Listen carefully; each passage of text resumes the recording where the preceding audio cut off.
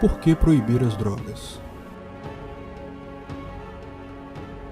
Plantas alucinógenas sempre foram consumidas em sociedades humanas, muito antes da civilização. Pinturas de cavernas da Idade da Pedra já mostravam pessoas em transe. Mesmo outros animais consomem plantas que dão barato. Há até quem diga que a invenção da cerveja foi o que possibilitou a coabitação pacífica de multidões no Egito, o início da nossa civilização. As drogas fazem parte da civilização humana, e é fácil entender por quê. Elas geram prazer instantâneo. No início do século XX, a tecnologia moderna permitiu a extração e a purificação dos princípios ativos de várias plantas, gerando drogas muito mais fortes que as originais encontradas na natureza. Quando a cocaína era consumida mascando-se as folhas de coca ou como chá, o efeito é limitado, mas o cloridrato de cocaína gera um efeito muito maior, revolucionário mesmo, mas que pode levar à morte. Durante um bom tempo, foi tratada como um remédio contra a depressão, anestesia, teve vários outros usos. Era vendida em farmácias, mas o uso crescente e o número de mortes por overdose começaram a chamar a atenção das pessoas. Havia um problema ali. O primeiro país a limitar o uso de drogas foram os Estados Unidos. Em 1914 houveram as primeiras leis federais visando regular o uso de substâncias, o chamado Harrison Narcotics Act. O resto do mundo seguiu o movimento nos anos seguintes. No Brasil, a primeira lei antidrogas foi a Lei 4.294 de 1921, que permitia apenas o uso médico de determinadas substâncias. Essa primeira leva de leis proibindo as drogas eram bastante leves. Basicamente regulamentavam e taxavam o uso, mas não proibiam propriamente. Nos anos seguintes, porém, como os problemas aumentaram, as leis ficaram progressivamente mais duras. Na década de 1940 e 50, surgiram no mundo todo leis que proibiam de forma absoluta o consumo, transporte e produção de determinadas substâncias. Mas o problema não parou aí. E só na década de 70 é que efetivamente surgiu a guerra às drogas, com políticas duras e desproporcionais para atacar o problema.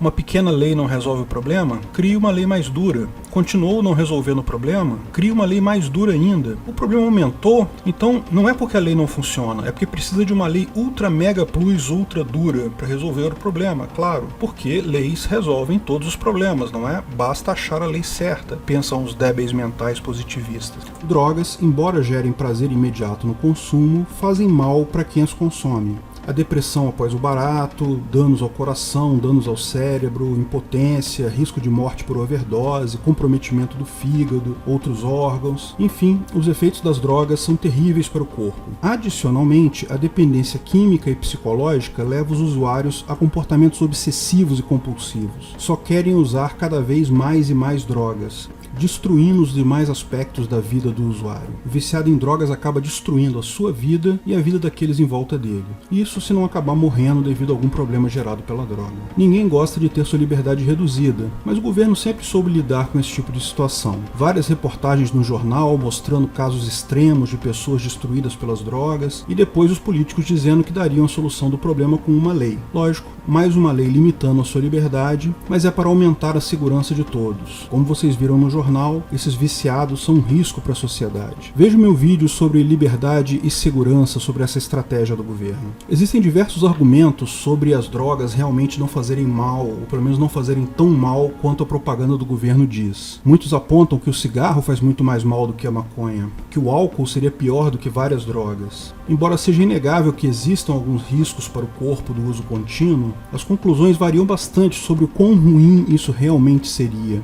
Mas, na minha opinião, os argumentos econômicos são muito mais fortes. O economista Milton Friedman foi um opositor da proibição das drogas desde a primeira hora.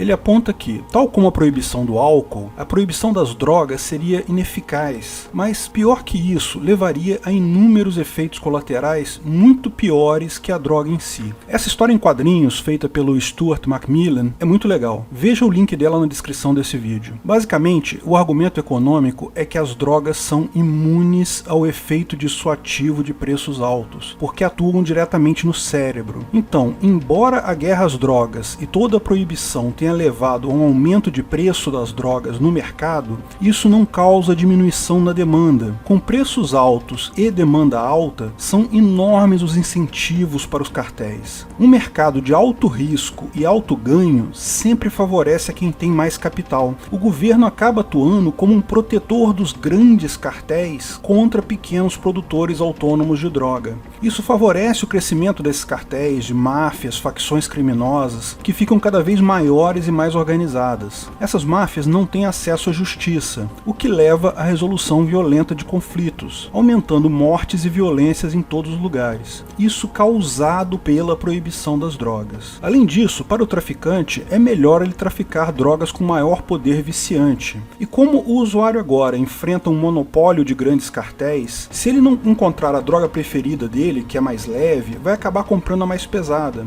Exatamente como a lei seca levou a um aumento das bebidas mais fortes em comparação com a cerveja. A proibição das drogas favorece as drogas mais pesadas em relação às mais leves. Misturas ilegais e falsificação também se tornam comuns, levando a riscos adicionais de saúde. E lembre-se, isso custa muito caro. A polícia gasta uma montanha de dinheiro para investigar e combater traficantes. Tudo isso para uma redução estimada em menos de 1% do consumo final das drogas. Veja, se o problema é no cérebro das pessoas, não seria melhor gastar essa fortuna estudando tratamentos, tratando dependentes, fornecendo suporte para as pessoas prisioneiras do vício? Lógico que o tráfico continuaria a existir mesmo com a legalização das drogas. Existe até tráfico de cigarros no Brasil, mas teria agora a competição de lojas legais. Poderia resolver suas disputas em tribunais, não com metralhadoras. Não tenha dúvida, guerra é algo caro. Se as pessoas tiverem opção, mesmo os mais sanguinários líderes de facção vão preferir a paz. O problema não iria sumir magicamente, lógico, mas somem os incentivos para o seu crescimento. A tendência é a diminuição da violência associada a esse tráfico de drogas. A posição da ética libertária sobre as drogas é muito simples. Cada um faz com o seu corpo o que quiser. O seu corpo é sua propriedade e se você quiser se matar usando drogas, é seu direito.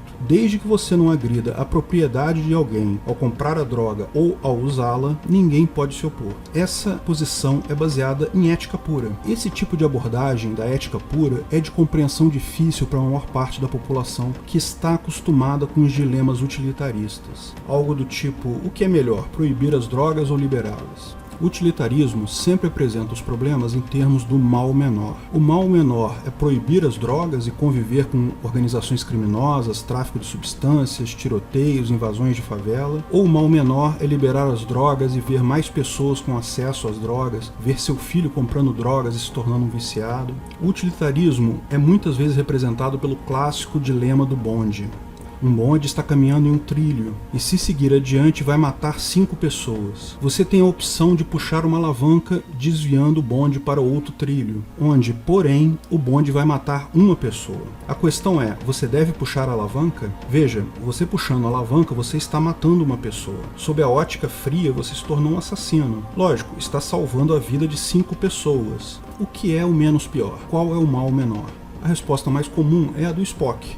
As necessidades da maioria se sobrepõem às necessidades da minoria ou de um só. Ou seja, você deve salvar as 5 vidas sacrificando uma. Mas daí cabem uma série de questionamentos. Vidas são comparáveis? E se os 5 que iam morrer eram vagabundos que não fariam diferença na história e você matou o novo Albert Einstein, que levaria o mundo a um novo patamar tecnológico? Não há como fugir do utilitarismo na nossa vida. Todos nós encaramos decisões do tipo menos pior, mal menor, várias vezes ao dia ao longo da vida. De fato, pesar as opções na hora de tomar uma decisão pessoal é uma abordagem muito boa para a maior parte das decisões de vida de um indivíduo. Porém, ela falha ao ser aplicado a um conjunto de indivíduos, pelo simples motivo que o mal menor é um conceito subjetivo, ou seja, depende da opinião pessoal. No caso do bonde, o cara que estava no desvio e queria morrer se você puxar a alavanca, certamente vê como mal menor a morte das outras 5 pessoas. No caso das drogas, percebe-se exato mesmo dilema utilitário subjetivo. A mãe de um filho viciado vai ver como mal menor a proibição das drogas. Seu filho vai ter dificuldade de achar mais drogas. É uma pena que isso vai gerar tiroteios e guerras e execuções na favela, mas do seu ponto de vista, isso é o mal menor. Já a mãe moradora da favela, que volta e meia é assombrada por tiroteios e fica com medo de nunca mais ver o filho toda vez que ele sai para ir para a escola, vai enxergar a ótica inversa. Libera logo essa coisa. Sem a proibição, os traficantes perdem dinheiro e poder e assim diminuem os tiroteios. Alguns filhinhos de papai vão se viciar, mas eles conseguem comprar droga do mesmo jeito, mesmo quando é proibida. Esse é um mal menor para ela. A ética libertária está acima disso. Proibir substâncias pode ser efetivo ou não, pode ser um mal menor ou não interessa. Apenas a ética pura pode responder essa questão.